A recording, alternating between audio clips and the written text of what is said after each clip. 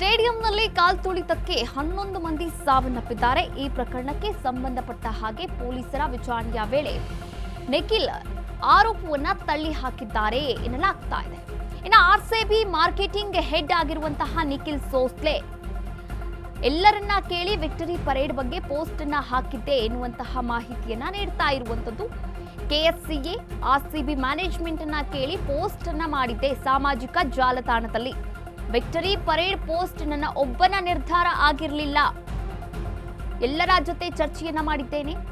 ಇನ್ನ ಚರ್ಚೆ ಮಾಡಿ ವಿಕ್ಟರಿ ಪರೇಡ್ ಪೋಸ್ಟ್ ಅನ್ನ ಹಾಕಿದ್ದೆ ಸಾಮಾಜಿಕ ಜಾಲತಾಣದಲ್ಲಿ ಎನ್ನುವಂತಹ ಮಾಹಿತಿಯನ್ನ ನೀಡಿರುವಂತದ್ದು.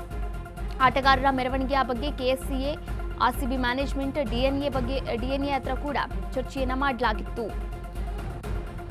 ಈಗಾಗಲೇ ನಿಖಿಲ್ ಸೋಸ್ಲೆ ಆರ್ಸಿಬಿ, ಡಿಎನ್ಎ ಮತ್ತು ಕೆಎಸ್ಸಿಎ ಈ ಮೂರು ಸಂಸ್ಥೆಗಳ ಮೇಲೂ ಕೂಡ ಆರೋಪವನ್ನ ಮಾಡ್ತಾ ಇರುವಂಥದ್ದು. ನೇರವಾಗಿ ಇಲ್ಲಿ ಬೆಟ್ಟಿಟ್ಟು ತೋರಿಸ್ತಾ ಇದ್ದಾರೆ ನೋಡಿ. ಈಗಾಗಲೇ ಬಂಧಿತರಾಗಿದ್ದಾರೆ 4 ಪೈಕಿ ಆರ್ಸಿಬಿ ಮಾರ್ಕೆಟಿಂಗ್ ಹೆಡ್ ಈ ನಿಖಿಲ್ ಸೋಸ್ಲೆ ಯಾರು ಅಂತಂದ್ರೆ ಆರ್ಸಿಬಿಯ ಮಾರ್ಕೆಟಿಂಗ್ ಹೆಡ್. ವಿಚಾರಣೆಯನ್ನ ಕೂಡ ನಡೆಸಿದ್ದಾರೆ, ಹಲವಾರು ಪ್ರಶ್ನೆಗಳನ್ನ ಕೂಡ ಕೇಳಿದ್ದಾರೆ, ಹಾಗೆ ಮಾಹಿತಿಯನ್ನ ಕೂಡ ಸಂಗ್ರಹ ಮಾಡಿದ್ದಾರೆ. ಮತ್ತೊಂದೆಡೆ ನೋಡ್ತಾ ಹೋಗೋದಾದ್ರೆ ಕೆಎಸ್ಸಿಎ ಮ್ಯಾನೇಜ್ಮೆಂಟ್ಗೆ ನೋಟಿಸ್ ಅನ್ನ ಕೊಟ್ಟು ವಿಚಾರಣೆ ನಡೆಸಕ್ಕೆ ಸಿಐಡಿ ಸಕಲ ಸಿದ್ಧತೆಯನ್ನ ಕೂಡ ಮಾಡಿಕೊಂಡಿರುವಂಥದ್ದು.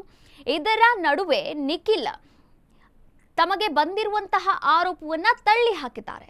ಅಂದ್ರೆ ನಾನೊಬ್ಬನೇ ಪೋಸ್ಟ್ ಮಾಡಿಲ್ಲ, ಎಲ್ಲರ ಅಭಿಪ್ರಾಯವನ್ನ ಸಂಗ್ರಹ ಮಾಡಿದ್ದೆ, ಎಲ್ಲರ ಬಳಿ ಚರ್ಚೆಯನ್ನ ಮಾಡಿ ನಂತರ ನಾನು ಪೋಸ್ಟ್ ಅನ್ನ ಮಾಡಿದ್ದೆ ಸೋಷಿಯಲ್ ಮೀಡಿಯಾದಲ್ಲಿ, ಇನ್ಸ್ಟಾಗ್ರಾಮ್ ಆಗಿರ್ಬೋದು, ಟ್ವೀಟ್ ಆಗಿರಬಹುದು.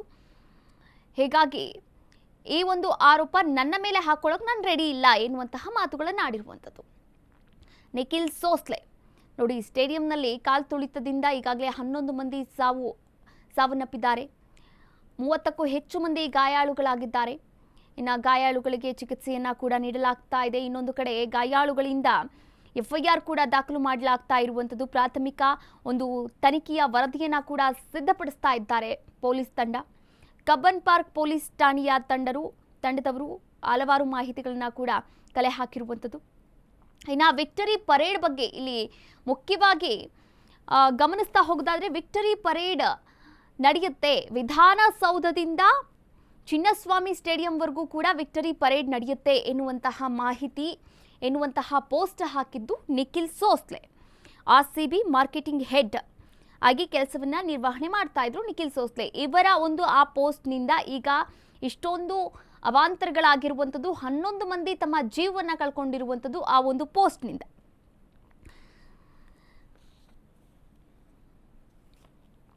ಒಟ್ಟಾರೆಯಾಗಿ ಕಾಲ್ತುಳಿತ ಕೇಸ್ನಲ್ಲಿ ಅಧಿಕಾರಿಗಳಿಗೆ ಸಂಕಷ್ಟ ಎದುರಾಗ್ತಾ ಇದೆ.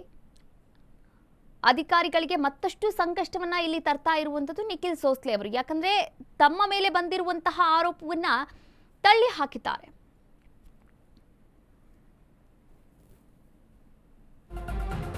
ಇನ್ನು ಚಿನ್ನಸ್ವಾಮಿ ಸ್ಟೇಡಿಯಂನಲ್ಲಿ ಕಾಲ್ತುಳಿತ ದುರಂತ ಪ್ರಕರಣಕ್ಕೆ ಸಂಬಂಧಪಟ್ಟ ಹಾಗೆ ಪರಿಹಾರದ ಮೊತ್ತ 25 ಲಕ್ಷ ರೂಪಾಯಿಗೆ ಏರಿಕೆಯನ್ನ ಮಾಡಲಾಗಿದೆ ಸರ್ಕಾರ. ಮೃತರ ಕುಟುಂಬಸ್ಥರಿಗೆ ಈ ಹಿಂದೆ 10 ಲಕ್ಷವನ್ನ ಘೋಷಣೆ ಮಾಡಲಾಗಿತ್ತು. ಆದರೆ 25 ಲಕ್ಷಕ್ಕೆ ಮತ್ತೆ ಏರಿಕೆ ಮಾಡಿ ಸಿದ್ದರಾಮಯ್ಯ ಆದೇಶವನ್ನ ನೀಡಿದ್ದಾರೆ. ಚಿನ್ನಸ್ವಾಮಿ ಸ್ಟೇಡಿಯಂನಲ್ಲಿ ಕಾಲ್ತುಳಿತ ದುರಂತ ಪ್ರಕರಣಕ್ಕೆ ಸಂಬಂಧಪಟ್ಟ ಹಾಗೆ ಆರ್ಸಿಬಿ ಗೆಲುವು ಸಂಭ್ರಮಾಚರಣೆಯ ಸಂಭ್ರಮದಲ್ಲಿ ಚಿನ್ನಸ್ವಾಮಿ ಕ್ರೀಡಾಂಗಣದ ಹೊರಗಡೆ ಕಾಲ್ತುಳಿತ ಸಂಭವಿಸಿತ್ತು. ಈ ಕಾಲ್ತುಳಿತದಲ್ಲಿ 11 ಮಂದಿ ಸಾವನ್ನಪ್ಪಿದ್ದಾರೆ.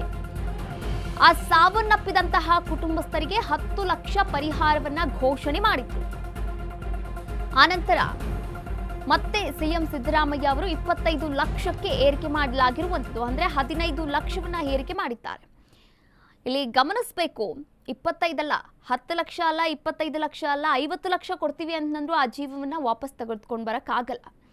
ಯಾಕಂದ್ರೆ ಇಲ್ಲಿ ನಾವು ಆರ್ಸಿಬಿ ಅಭಿಮಾನಿಯೊಬ್ಬ ಕಾಲ್ತುಳಿತದಲ್ಲಿ ಸಾವನ್ನಪ್ಪಿ ಅವರ ತಂದೆ ತಾಯಿಯ ಆಕ್ರಂದನ ನಾವು ನೋಡ್ತಾ ಇದ್ವಿ. 100 ಕೋಟಿ ಆಸ್ತಿ ಮಾಡಿದ್ದೀವಿ, ಆದರೆ ಮಗನೇ ಇಲ್ಲ, ಇನ್ಯಾರಿಗೋಸ್ಕರ ಮಾಡಲಿ, ಇನ್ನು ಅವ್ರು 10 ಲಕ್ಷ ನಾನು ಪರಿಹಾರ ತೊಗೊಂಡು ಏನು ಮಾಡಲಿ, ನನ್ನ ಮಗನ ನನಗೆ ಕಳಿಸ್ಕೊಟ್ಬಿಡಿ ಸಿದ್ದರಾಮಯ್ಯನವರೇ ಅಂತ ಕೇಳಿರುವಂತಹ, ಗೋಗರ್ದಿರುವಂತಹ ಅಳುವಂತಹ ದೃಶ್ಯಗಳನ್ನು ನೀವು ಕೂಡ ಅಶ್ವವೇಗ ನ್ಯೂಸ್ನಲ್ಲಿ ನೋಡಿರಬಹುದು, ಅಥವಾ ಸಾಮಾಜಿಕ ಮಾಧ್ಯಮ ಆಗಿರ್ಬೋದು, ಜಾಲತಾಣಗಳಲ್ಲಾಗಿರ್ಬೋದು ನೋಡ್ತಾ ಇದ್ದೀರಿ. 10 25 ಲಕ್ಷ ಕೊಟ್ಟರು ಕೂಡ ಹೋದಂತಹ ಜೀವವನ್ನು ವಾಪಸ್ ತರೋಕ್ಕಾಗತ್ತಾ? ಖಂಡಿತವಾಗ್ಲೂ ವಾಪಸ್ ತರೋಕ್ಕಾಗಲ್ಲ.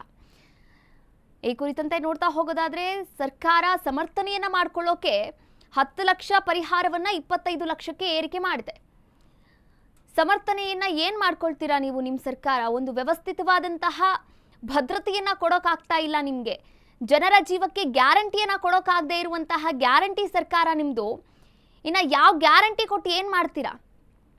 ಜನರ ಜೀವಕ್ಕೆ ಗ್ಯಾರಂಟಿ ಬೇಕು, ಆದರೆ ಜನರ ಜೀವಕ್ಕೆ ಗ್ಯಾರಂಟಿ ಇಲ್ಲ, ಸುರಕ್ಷತೆ ಇಲ್ಲ, ಭದ್ರತೆ ಇಲ್ಲ ಅಂತಂದ್ರೆ ನೀವು ಕೊಡ್ತಾ ಇದ್ದೀರಲ್ಲ ಆ 5 ಗ್ಯಾರಂಟಿ, ಆ 5 ಗ್ಯಾರಂಟಿ ಕೂಡ ವೇಸ್ಟ್. ಸಿದ್ದರಾಮಯ್ಯನವರು ಇವಾಗಾದರೂ ಯೋಚನೆ ಮಾಡಬೇಕು. ಜನರಿಗೆ ಬೇಕಾಗಿರುವಂಥದ್ದು ಸುರಕ್ಷತೆ, ಭದ್ರತೆ, ಕಾನೂನು ವ್ಯವಸ್ಥೆ, ಸುಭದ್ರವಾಗಿರುವಂತಹ ಒಂದು ಕಾನೂನು ವ್ಯವಸ್ಥೆ. ಇನ್ನು RCB ಸನ್ಮಾನದ ವೇಳೆ ಸಾಲು ನಿರ್ಲಕ್ಷ್ಯವನ್ನ ಕೈಗೊಳ್ಳಲಾಗಿದೆ. ಹಾಗಾದ್ರೆ ಏನೇನೆಲ್ಲ ನಿರ್ಲಕ್ಷ್ಯವನ್ನ ಮಾಡಿದೆ?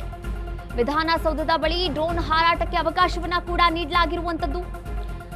ನೋ ಫ್ಲೈ ಝೋನ್ ಇತ್ತು, ಆದ್ರೂ ಕೂಡ ಪೊಲೀಸರಿಂದ ನಿರ್ಲಕ್ಷ್ಯವನ್ನ ಮಾಡಲಾಗಿರುವಂತದ್ದು.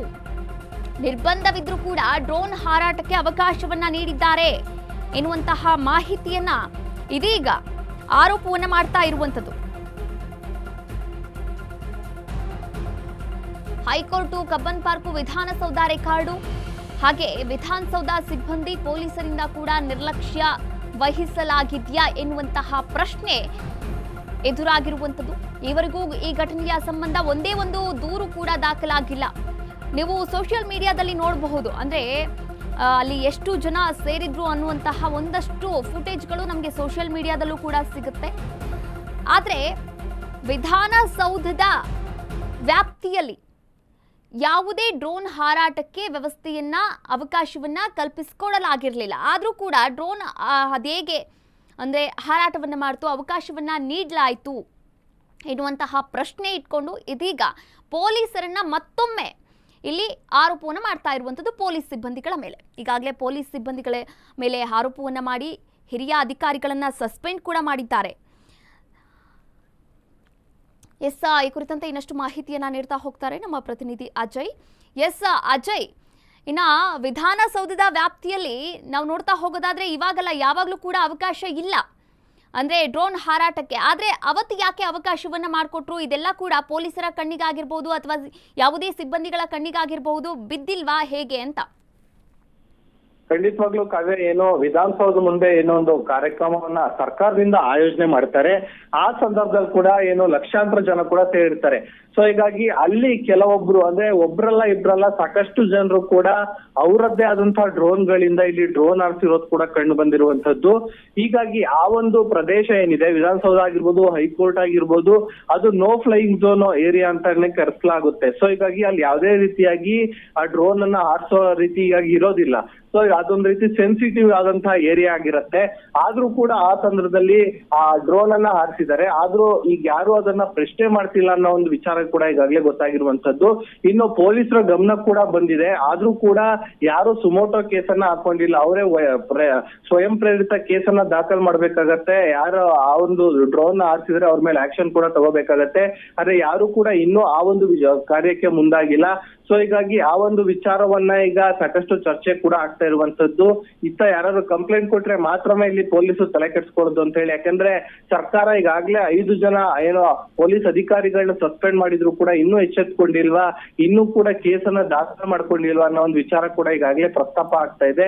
ಸೊ ಈಗ ಮುಂದಿನ ದಿನಗಳಲ್ಲಿ ಪೊಲೀಸರು ಸ್ವಯಂ ಪ್ರೇರಿತವಾಗಿ ದೂರನ್ನ ದಾಖಲು ಮಾಡ್ಕೊಳ್ತಾರ ಅಥವಾ ಯಾರು ಕಂಪ್ಲೇಂಟ್ ಕೊಡೋರ್ಗೂ ಕಾಯ್ತಾರ ಅನ್ನೋದ್ರ ಬಗ್ಗೆ ಕೂಡ ನಾವು ಕಾದ್ ನೋಡ್ಬೇಕಾಗಿದೆ. ಇನ್ನು ಅವತ್ತು ಕೂಡ ಡ್ರೋನ್ ಅನ್ನ ಹಾರಿಸ್ಬೇಡಿ ಅಂತ ಹೇಳಿ ಅಲ್ಲಿ ಇದ್ದಂತ ಒಬ್ರು ಶಾಸಕರಿದ್ದಾರೆ, ಅವರು ಕೂಡ ಹೇಳ್ತಾ ಇದ್ರು.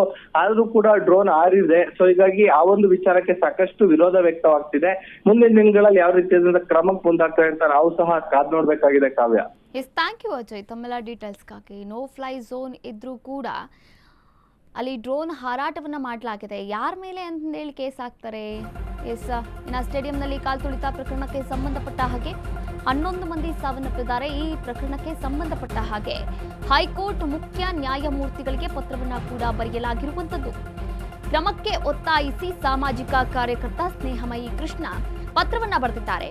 ಸಿಎಂ ಡಿಸಿಎಂ ಸೇರಿ ಆರೋಪಿಗಳ ವಿರುದ್ಧ ಕ್ರಮಕ್ಕೆ ಮನವಿಯನ್ನ ಕೂಡ ಸಲ್ಲಿಕೆ ಮಾಡಲಾಗಿರುವಂಥದ್ದು. ಇನ್ನು ಈ ಒಂದು ಅರ್ಜಿನಲ್ಲಿ ಪ್ರಮುಖವಾದಂತಹ ಅಂಶಗಳನ್ನ ಪರಿಗಣಿಸಲು ಮನವಿಯನ್ನ ಕೂಡ ಮಾಡಲಾಗಿರುವಂಥದ್ದು. ಆರೋಪಿಗಳ ಬಂಧನಕ್ಕೆ ಮಾಡಿರುವಂತಹ ಮನವಿಗೆ ಸ್ನೇಹಮೂರ್ತಿ ಅವರು ಮನವಿಯನ್ನ ಮಾಡಿದ್ದಾರೆ. ಹೈಕೋರ್ಟ್ ಮುಖ್ಯ ನ್ಯಾಯಮೂರ್ತಿಗಳಿಗೆ ಸ್ನೇಹಮಯಿ ಕೃಷ್ಣ ಪತ್ರವನ್ನ ಬರೆದಿರುವಂಥದ್ದು. ನೋಡಿ, ಇಲ್ಲಿ ಆರ್ ಅಶೋಕ್ ಅವರು ಕೂಡ ಹೇಳಿದ್ರು, ಅಕ್ಯೂಸ್ ನಂಬರ್ 1 ಯಾರಾಗ್ತಾರೆ ಅಂದ್ರೆ ಸಿಎಂ ಸಿದ್ದರಾಮಯ್ಯನವರು ಆಗ್ತಾರೆ. ಅಕ್ಯೂಸ್ ನಂಬರ್ 2 ಯಾರಾಗ್ತಾರೆ ಅಂದ್ರೆ DCM DK Shivakumar. Accused number 3 ಮಾನ್ಯ ಗೃಹ ಸಚಿವರಾದಂತಹ ಪರಮೇಶ್ವರ್ ಅವರು. ಇದೇ ವಿಚಾರವಾಗಿ ಈಗಾಗಲೇ ಸ್ನೇಹಮಯಿ ಕೃಷ್ಣ ಅವರು ಕೂಡ ಇವರ ವಿರುದ್ಧ ಕ್ರಮವನ್ನ ಕೈಗೊಳ್ಳಿ ಅಂತ ಒಂದು ಸುದೀರ್ಘವಾದಂತಹ ಪತ್ರವನ್ನ ಬರೆದಿರುವಂಥದ್ದು. ಇನ್ನು PILನಲ್ಲಿ ಪ್ರಮುಖವಾದಂತಹ ಅಂಶಗಳನ್ನು ಪರಿಗಣನೆ ಮಾಡಬೇಕು ಎನ್ನುವಂತಹ ಮನವಿಯನ್ನ ಕೂಡ ಮಾಡಿರುವಂಥದ್ದು ಸ್ನೇಹಮಯಿ ಕೃಷ್ಣ ಅವರು. ಸಾಮಾಜಿಕ ಕಾರ್ಯಕರ್ತರಾದಂತಹ ಸ್ನೇಹಮಯಿ ಕೃಷ್ಣ ಈ ಕುರಿತಂತೆ ಹೈಕೋರ್ಟ್ ಮುಖ್ಯ ನ್ಯಾಯಮೂರ್ತಿಗಳಿಗೆ ಸ್ನೇಹಮಯಿ ಕೃಷ್ಣ ಪತ್ರವನ್ನ ಬರೆದಿದ್ದಾರೆ.